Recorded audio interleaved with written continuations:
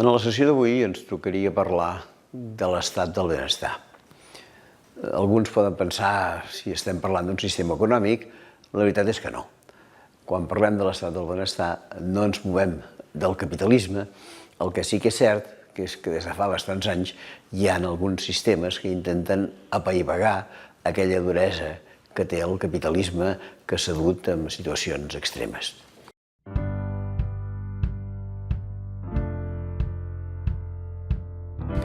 De fet, l'estat del benestar vol protegir la gent de cara a situacions de pobresa, de cara a la seva salut, de cara a la seva bellesa.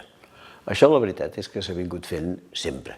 Jo diria que hi ha hagut històricament organitzacions de beneficència que cuidaven d'aquells que estaven en situació pitjor, hi ha hagut també organitzacions caritatives, però per parlar amb propietat de l'estat del benestar ens hem de referir a les darreries del segle XIX, en què a Alemanya es comencen a aplicar alguns principis de protecció social i, sobretot, en els països escandinaus, on a la primera meitat del segle XX sorgeix amb força un sistema de protecció social. Ara bé, aquell estat del benestar al que jo vull fer referència és el que apareix amb força a la fi de la Segona Guerra Mundial en els països occidentals i sobretot en els països europeus occidentals, perquè en el cas nord-americà hi apareix molt lleugerament o pràcticament no hi apareix. Per què sorgeix aquest estat del benestar a la fi de la Segona Guerra Mundial? Hi ha diverses raons. La primera, la pobresa que ha generat la pròpia guerra, la situació de dificultat que la gent té un cop travessat el conflicte bèl·lic. També, per altra banda, cal dir que feia una mica de por la situació de la Unió Soviètica. El capitalisme tenia por que la crida del comunisme fos atractiva per a molta gent i aleshores va pensar que s'havia de posar algun sistema de moderació en aquest capitalisme salvatge per tal que la gent no se'ls escapés. També cal tenir present que en els països occidentals calia canviar molt les coses tal com havien anat fins a aquell moment i es volia aprofitar tot el que s'havia après en la preguerra durant la crisi del 29 amb les anomenades polítiques keynesianes, és a dir, que l'Estat intervenia per contrarrestar el cicle econòmic. Per tant, voluntat d'intervenció de l'Estat per una banda, pobresa que ha generat la guerra i por davant del comunisme són tres elements que fan que l'Estat es posi a treballar d'una manera forta per promoure allò que anomenem precisament estat del benestar. Modalitats de l'estat del benestar, evidentment n'hi ha moltes, i prestacions també n'hi ha moltes. Jo crec que n'hi ha algunes que les coneixem. Són aquelles de caràcter universal i gratuït. Per exemple, tot el que fa referència al sistema educatiu, tot el que fa referència al sistema sanitari. Són dos sistemes que, en principi, qualsevol ciutadà, només pel fet de ser-ho, té dret a rebre aquests beneficis i a rebre una educació com cal, òbviament gratuïta, i exactament el mateix pel que fa a la sanitat. També hi ha altres tipus de prestacions que deriven d'una situació prèvia de cotització. És a dir, que tu pots rebre una prestació sempre i quan hagis cotitzat per ella abans. Això és el cas típic de les pensions de jubilació, de les pensions de viduïtat, de les pensions d'orfandat i també, naturalment, i sobretot ara que hi ha tanta època de crisi, les prestacions per atur. Crec que són modalitats de les prestacions de l'estat del benestar que val la pena conèixer. Després també hi ha prestacions de tipus social, per exemple, un ajut a l'habitatge. Avui en dia, per exemple, davant de la situació de pobresa energètica, hi ha ajuts d'aquesta mena. I finalment s'està parlant molt del que s'anomenen les rendes mínimes, les rendes d'inserció, les rendes que els ciutadans podrien rebre per part de l'Estat sense que hi hagi hagut cap contraprestació prèvia. Això seria una mica la manera en què això funciona, que no és exactament igual a tots els països. Hi ha països que tenen una solidesa antiga en aquest estat del benestar, d'altres que s'incorporen de nou i altres que pràcticament no s'hi han incorporat.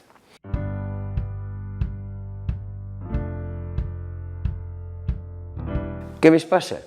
Doncs home, passa una cosa important, que és que en aquest moment de crisi, a l'estat del benestar, almenys, posem per cas en allò que més de prop ens toca, que és l'àrea mediterrània, ha vist reduïda moltíssima la seva activitat.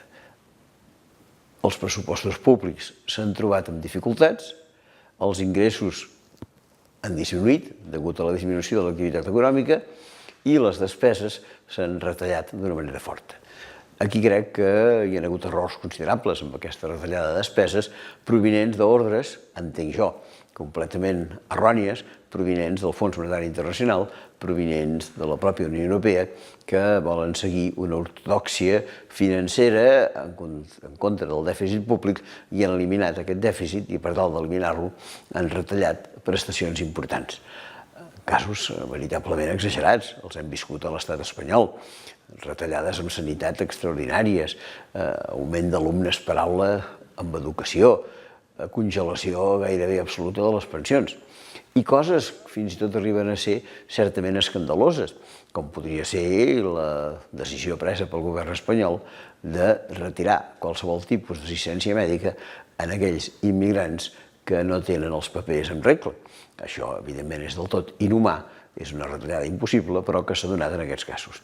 Hem viscut, certament, moltes dificultats pel que fa al manteniment d'aquest estat del benestar. I per què hi ha aquestes dificultats? Home, si mirem què ens diuen els responsables governatius, ens parlen sempre de la incapacitat monetària per satisfer aquestes necessitats. Anem a pams.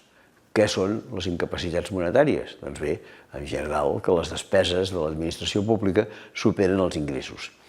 Es dona això en el cas espanyol, i parlo del cas espanyol perquè, evidentment, el cas català i fins i tot el cas dels municipis és quantitativament molt menys important i, en general, l'estat del benestar l'ha de satisfer l'estructura estatal.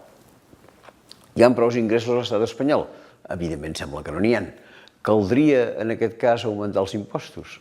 Aparentment i d'una manera raonable sí que caldria, perquè els impostos que avui en dia tenim, alguns deixen bastant que desitjar.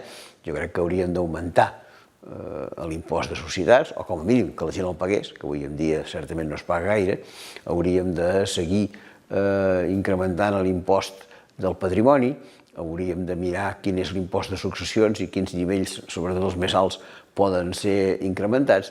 Hi ha impostos, sobretot de caràcter directe, en els que caldria incidir. Però, mentre governin els actuals governants, penso que és difícil que hi hagi aquesta modificació fiscal haguda compte de quins són els interessos als que responen.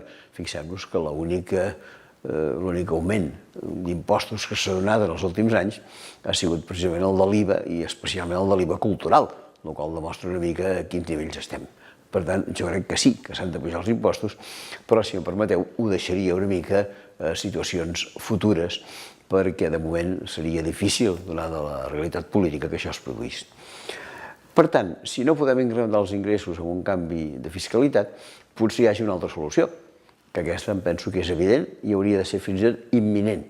Es tracta d'eliminar el frau fiscal.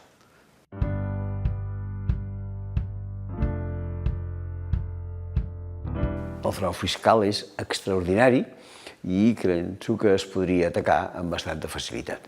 Fa un parell d'anys, un sindicat de tècnics d'Hisenda, que es diu Gesta, va elaborar una aproximació quantitativa al nivell del frau fiscal a l'estat espanyol. Evidentment, aquestes aproximacions sempre són relatives, perquè pot ser que no coincideixin amb dades estadístiques, és impossible que coincideixin amb dades estadístiques, però en tot cas sí que es pot fer una avaluació. I d'aquesta avaluació en sortia una xifra de referència que es va fer servir bastant, que era la d'uns 90.000 milions d'euros a l'any. 90.000 milions d'euros a l'any és una xifra cabdal. Pensem precisament en la peça bàsica de l'estat del benestar, que no és altra que el pagament de pensions. Resulta que amb el pagament de pensions, si calculem tot tipus de les pensions que s'abonen a l'estat espanyol, les pensions de jubilació, les d'orfandat, les de viduïtat, les de llarga malaltia, suposen aproximadament uns 115.000 milions d'euros a l'any. Si rescatéssim aquests 90.000 milions del frau fiscal, estaríem immediatament podent incrementar les pensions, si és que ens referíssim a això, amb un nivell d'un 80%. I, evidentment, si comparem un augment del 80% amb aquest ridícul augment que actualment s'està fent a les pensions, que, si no m'equivoco, és d'un 0,25% anyal, vol dir que les coses podrien millorar molt. Però què caldria en aquest cas? Home, doncs certament el que caldria és anar a mirar qui són els responsables d'aquesta situació. I qui, segons els tècnics d'Hisenda, és el que més fa frau fiscal? Doncs, aproximadament, hi ha tres grans grups, millor dit, quatre grans grups de responsables. Primer, no l'hem d'oblidar i ho hem de reconèixer, nosaltres mateixos. Tots els ciutadans, petit, mitjà o alt nivell, cometem petits fraus fiscals. El dia que donem una classe particular i no la declarem. El dia que ens ve el lampista i no ens posa l'IVA a la factura. El dia que anem al dentista i no apareix cap tipus de document allà. Aquests dies estem tots cometent frau fiscal. És important, però és allò que pot suposar aproximadament una quarta part del frau fiscal que fa Espanya. Mirem per això en aquell en el que més es pot incidir, perquè el que acabo de dir és important, però és molt generalitzat. Qui més comet frau fiscal? Segons els tècnics d'Hisenda, els grans bancs, les grans empreses i les grans fortunes. I aquí sí, com que són en número reduït, els grans bancs, les grans empreses, les grans fortunes, aquí es pot anar a mirar bastant bé la cosa. Els grans bancs, evidentment, molts d'ells actuant en paradisos fiscals d'una manera descarada i distribuint beneficis a tot arreu. Les grans empreses, només per posar un exemple, millor dit, dos. Un primer exemple, l'impost de societats, del que parlàvem fa un moment, obliga les empreses a pagar un 30% del benefici obtingut en concepte d'impost a final d'any. L'any passat, el promigi de les empreses espanyoles que pertanyen a allò que anomenem l'IBEX 35 van pagar només el 12% d'impost sobre els seus beneficis. En van pagar més de la meitat, grans empreses. I en aquest món, avui en dia, hi participen molt les empreses anomenades de les tecnologies de la informació i de la comunicació, les TIC, que tenen un sistema trampós d'erradicació en països que podrien ser paradisos fiscals. Els diaris d'aquests últims mesos han parlat molt d'una de les més potents empreses del sector, Apple, que amb la seva domiciliació a Irlanda aconsegueix evitar un pagament substancial d'impostos. I finalment també les grans fortunes que a través de domicilis falsos i a través de desgravacions moltes vegades no abonen el que haurien d'abonar.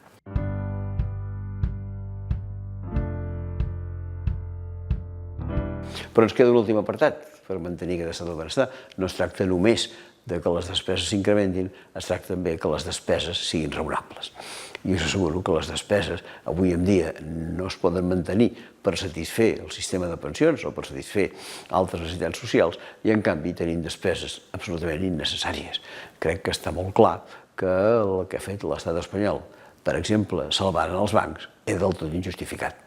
Es calcula que en els darrers anys, en uns bancs que no havien tingut pas un comportament gens correcte, des que va començar la crisi fins ara, se'ls ha donat al voltant dels 60.000 milions d'euros. Fixem-nos bé, una mica més de la meitat de les pensions. Què més hem fet?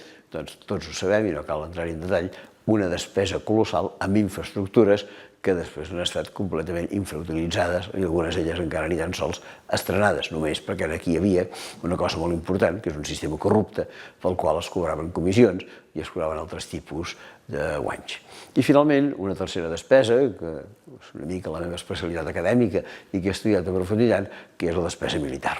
Avui en dia les amenaces que pot tenir l'estat espanyol no suposen la necessitat gens ni mica de tenir aquest tipus de despesa que tenim, només per dir números senzills i que l'opinió pública ho entengui. En l'estat espanyol estem esmerçant diàriament 52 milions, no 52.000, 52 milions en despesa militar diària. 52 milions en despesa militar diària. Només a títol comparatiu, ja que parlem d'estat del benestar, i amb això acabo, diré que no fa gaire les escoles a Catalunya es van manifestar per una necessitat urgent que no els quedava coberta per la Generalitat, que és el patrocini de les anomenades beques menjador. En situació de crisi hi ha gent que no menja i els nanos, si no van a l'escola, no tenen un plat calent a taula. Algunes escoles, per exemple a la ciutat de Barcelona, van decidir tenir obert per Setmana Santa perquè els nanos poguessin tenir dret a aquest menjar. Això significava una despesa que havia de pagar la Generalitat i que sufraga amb l'import aquest de les beques menjador. Què li suposa a la Generalitat finançar les beques menjador? 50 milions d'euros a l'any, evidentment molt inferior a les necessitats que hi ha. 50 milions d'euros a l'any per finançar beques menjador, 52 milions d'euros al dia per finançar una defensa que, sens dubte, no necessitem.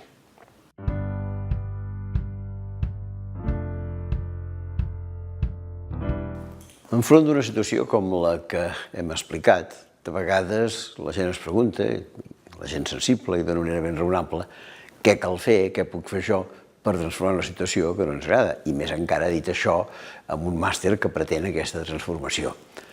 M'atreviria a dir que calen diferents elements. El primer, per exemple, seria bàsic el de la informació. Aquesta societat és una societat malalta i sempre que una persona està malalta, si vol caminar envers la curació, cal saber quins símptomes té.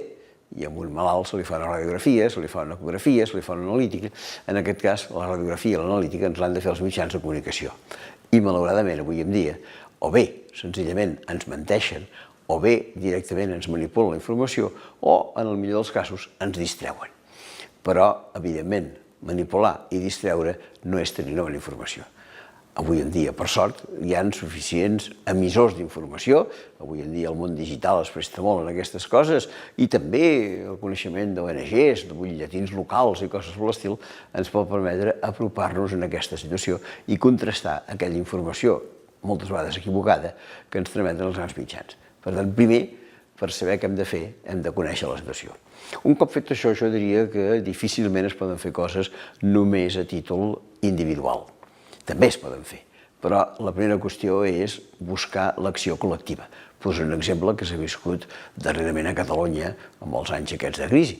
És el tema dels habitatges, el tema de l'embargament de pisos, el tema del desnonament. Moltes d'aquestes coses han pogut resoldre gràcies a què? A l'associació.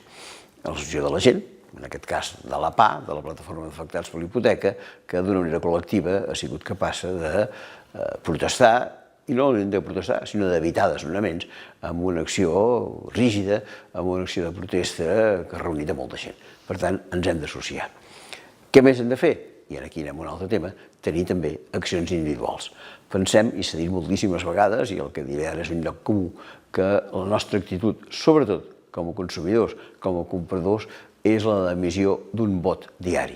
Nosaltres cada dia anem a votar moltes vegades, segons el tipus de magatzem o de botiga en el que comprem, segons el tipus de producte, segons la durada que té, segons la proximitat d'allò que ens arriba, nosaltres estem actuant d'una manera molt forta i estem votant, estem escollint una empresa i no estem triant una altra, estem escollint un producte i no triem l'altre. Començar a treballar en aquest sentit, tenir una bona informació. A Catalunya, per exemple, es publica una revista magnífica, es diu Opcions, ja porta una durada d'uns 14 o 15 anys, i ens ha demostrat que en cada sector d'activitat és capaç d'identificar quin és aquell producte que té una relació, una coherència, un comportament ètic més interessant que no pas un altre. Per aquí hauríem de començar a treballar i ser, sempre que calgui, uns consumidors responsables. I la darrera cosa que ens caldria, per descomptat, i amb els temps que corren, és perdre la por, perquè ens amenacen constantment amb tot, amb perdre la feina, amb el desprestigi social, amb les dificultats de futur, i la gent viu completament espantada i aleshores a partir d'aquí no actua. Per tant, primer, conèixer la situació, segon, associar-se, tercer, actuar individualment, quart, perdre la por.